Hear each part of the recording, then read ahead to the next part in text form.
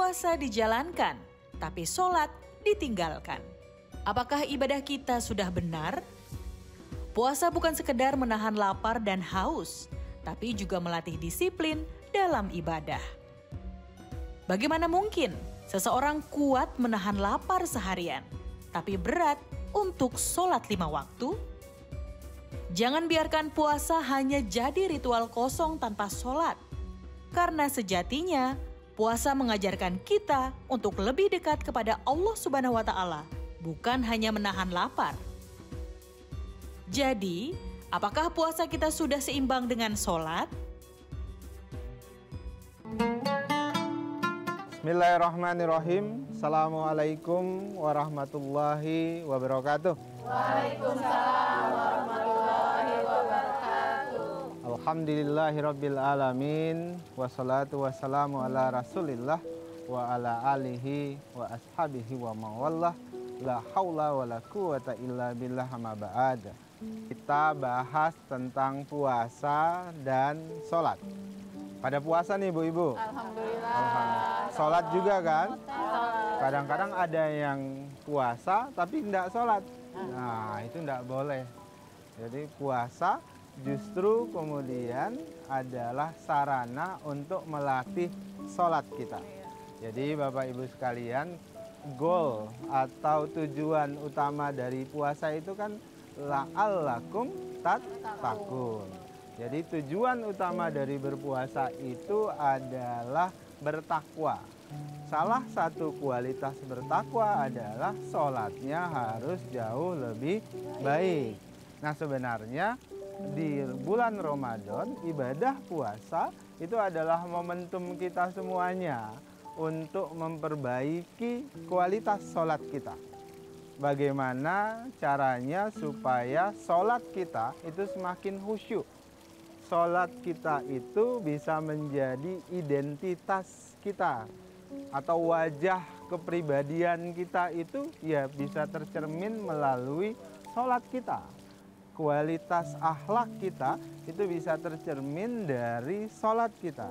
Kalau kemudian sholat kita masih buruk, berarti kemudian akhlak kita pasti buruk. Apa yang kita perbuat selama ini pasti buruk. Makanya Allah itu mensinyalir dalam surat Al-Ankabut ayat 45. Silakan Bu Anggri. A'udzubillahi minasyaitonirrajim. Bismillahirrahmanirrahim. Utlu ma uhiya ilaika minal kitab wa aqimus salat. Inna salata tanha 'anil fahsai wal munkar wal zikrullahi akbar wallahu ya'lamu ma tasna'un. Shadaqallahul azim. Nah, saya mau ambil kutipan penting dari ayat ini. Inna sholata tanha anil fahsya'i wal munkar. Jadi Bapak Ibu sekalian, nggak ada bapak-bapak, ibu-ibu semuanya. Ibu-ibu sekalian dan satu bapak. Jadi kalau kemudian sholat kita itu tidak khusyuk, artinya sama dengan kemudian dalam kehidupan kita juga mengabaikan akhlak. Atau dalam ayat tadi disebutkan sholat itu harus bisa mencegah perbuatan keji dan mungkar. Jadi sholat itu harus termanifestasi. Termanifestasi itu bisa diwujudkan dalam kehidupan sehari-hari. Ketika kita sholat di masjid atau sholat sendiri, kemudian selesai sholat, perbuatan-perbuatan kita itu harus mencerminkan dari semangat sholat kita itu. Jadi banyak sekali ayat-ayat yang mengingatkan kita semuanya bahwasannya sholat itu adalah bagian dari paripurna dalam hidup dan kehidupan kita sehari-hari.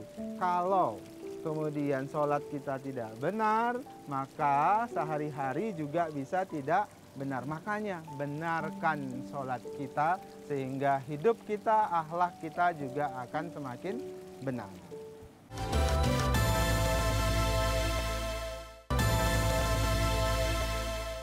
Baik, ibu-ibu sudah paham belum tadi? Paham. Yang benar. Oke, kita tuh ada yang mau tanya enggak? Ada. Wah, yang mana nih? Oh, ini sudah maghrib rata-rata. Yang muda aja yang nanya, silahkan. Assalamualaikum warahmatullahi wabarakatuh. Saya Kiki mau nanya Bang, mengapa banyak orang yang sholat dan seringkali beribadah haji, tapi tetap suka korupsi, iri dengki, dan juga pendendam? Terima kasih. Wassalamualaikum warahmatullahi wabarakatuh. Wah, ada nggak yang begitu? Ada. Banyak yang begitu Bapak Ibu sekalian.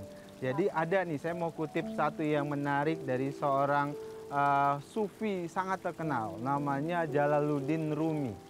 Beliau itu menyebut begini, berwuduklah dengan cinta sebelum berwuduk dengan air, karena sholat harus dilakukan dengan hati yang tidak memiliki benci dan dengki. Wah, dalam sekali nih pesan dari Jalaluddin Rumi. Jalaluddin bilang, kalau mau sholat kira-kira begitu, hati kita itu harus bersih. Nggak boleh lagi benci, nggak boleh lagi dendam, nggak boleh lagi dengki. Artinya apa? Ketika keluar dari sholat, artinya hati kita juga bersih, jauh dari perbuatan keji dan mungkar seperti ayat yang tadi kita bacakan. Artinya ketika orang selesai sholat, kalau sholatnya itu benar, sholatnya itu khusyuk, kemudian keluar dari selesai dari lakukan sholat, dia akan bersih hatinya.